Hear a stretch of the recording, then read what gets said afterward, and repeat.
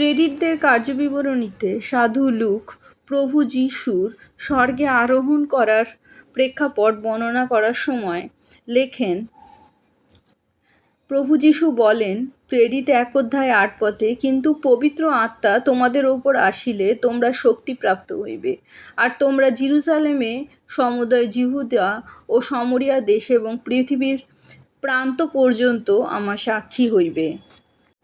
প্রভু যীশু পৃথিবীর একটা ছোট্ট দেশ ইসরায়েলে, সেইখানে যোসেফের ঘরে মাতা মরিয়মের গর্ভে জন্মগ্রহণ করেন এবং আমরা দেখেছি তিনি মনুষ্যরূপে জন্মগ্রহণ করার পর ঈশ্বরের রাজ্য বিস্তারের কাজে এবং মানুষকে সুস্থ এবং পাপ, মৃত্যু, দুর্বলতা, অক্ষমতা থেকে মুক্ত করতে তিনি যে 3 বছর ঈশ্বরের কাজ করেছিলেন, তিনি কি পরিমাণে ব্যস্ত ছিলেন।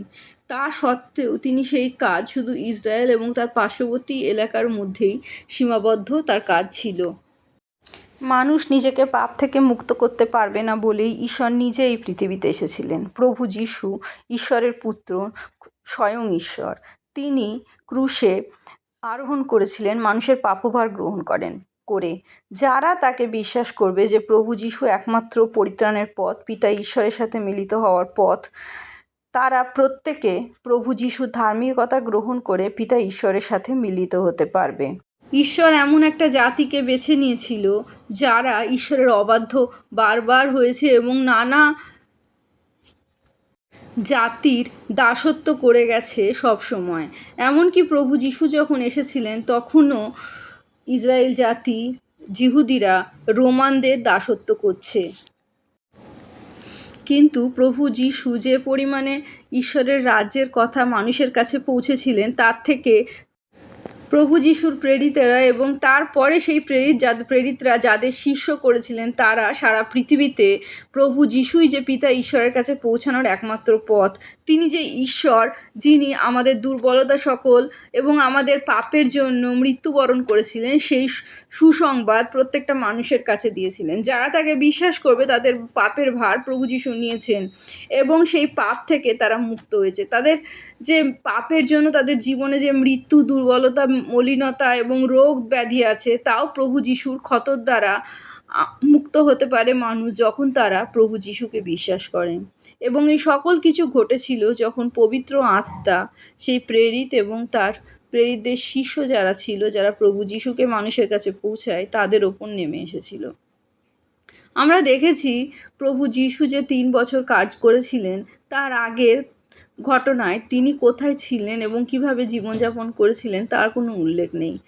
যখন তিনি যোহন বাপ্তাইজের কাছে বাপ্তাইজিত হন, পবিত্র আত্মা তার ওপর নেমে আসে এবং সেই পবিত্র আত্মার সহভাগিতায় তিনি 40 দিন উপবাস করেন, শয়তানের সাথে তিনি লড়াই করেন এবং ঈশ্বরের রাজ্য এই পৃথিবীতে বিস্তার করেন। তিনি মানুষকে সুস্থ করেন, দুর্বলতা থেকে রক্ষা করেন, মৃতকে জীবিত করেন। তাদের কতটা ভালোবাসেন পিতা ঈশ্বর তা তিনি তাদের জানান।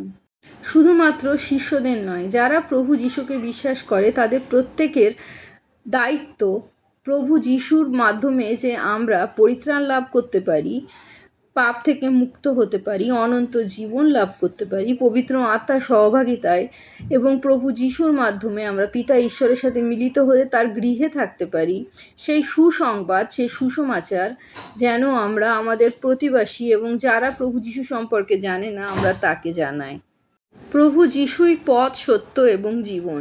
এবং প্রভু যীশুতে যারা নেই, যারা প্রভু যীশুকে জানে না, যারা প্রভু যীশুর এখনও খবর পায়নি, তারা জীবনের সন্ধান এখনও পায়নি। আদম হওয়া যখন ঈশ্বরকে ত্যাগ করেছিল, ঈশ্বরকে অস্বীকার করেছিল, অবাধ্য হয়েছিল, তখন তারা জীবনকে নির্বাচন না করে, বেছে না নিয়ে জীবনে শয়তানকে বা মৃত্যুকে নিজেদের জীবনে বেছে নিয়েছিল। শুধুমাত্র আদম হওয়া নয়, তার পরবর্তীকালে প্রত্যেকটা মানুষ যারা ঈশ্বরকে বেছে নেয় না, তারা মৃত্যুর দিকেই এগিয়ে যাচ্ছে দলে দলে।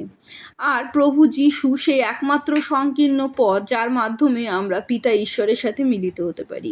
সেই পথের সন্ধান দেওয়ার দায়িত্বই শুধু খ্রিস্ট বিশ্বাসীর, যারা সেই পথের সন্ধান পেয়েছে।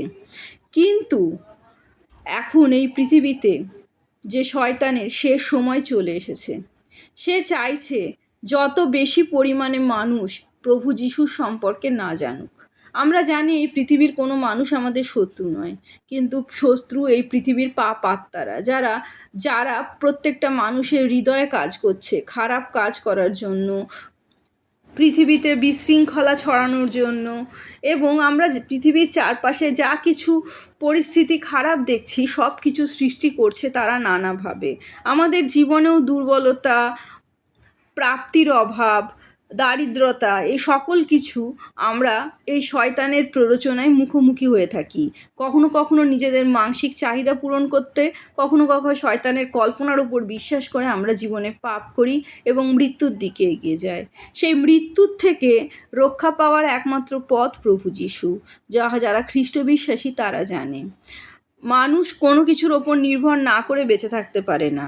তারা নয় ঈশ্বরের বাক্য অর্থাৎ জীবনের ওপর, অর্থাৎ প্রভু যিশুর ওপর নির্ভর করে জীবনের দিকে এগিয়ে যাবে, অথবা পৃথিবীর ওপর নিজেদের মানসিক চাহিদা পূরণ করার ওপর নির্ভর করে সে অনন্ত মৃত্যুর দিকে এগিয়ে যাবে। আর খ্রিস্ট বিশ্বাসী সেই দুই পথের মধ্যেখানে দাঁড়িয়ে মানুষকে বলছে যে সেই যিশুই সেই পথ যার মাধ্যমে আমরা জীবন পিতা ঈশ্বরের সাথে মিলিত হতে পারি। আর সেইখানেই এখন প্রতিরোধ আসছে।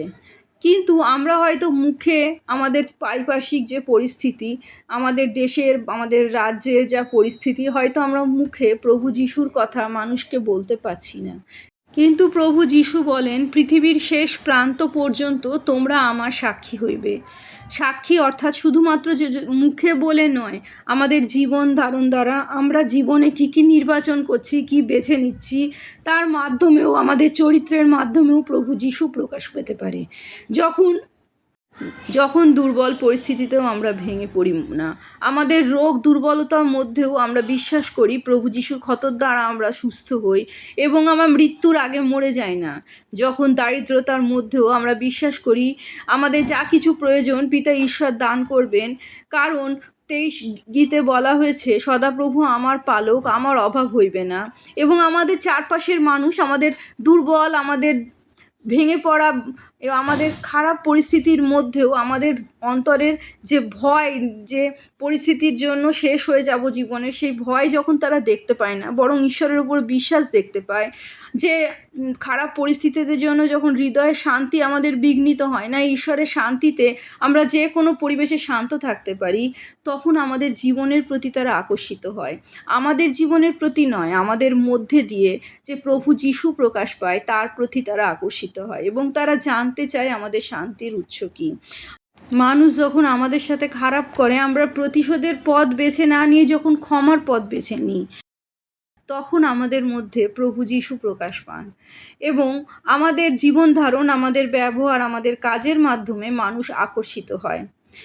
আমরা সোশ্যাল মিডিয়ার মাধ্যমে এবং আমাদের জীবনে যতটা সম্ভব নিজেদের বাঁচিয়ে প্রভু যিশুকে মানুষের কাছে আমরা পৌঁছাবো, প্রভু যিশুর কথা মানুষকে বলবো। কারণ আমরা যদি বেঁচে থাকি তাহলেই যতদিন আমরা বাঁচবো আমরা ঈশ্বরের সাক্ষ্য হতে পারবো।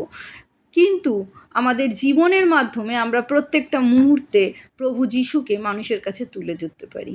প্রভু যিশু জয় হোক।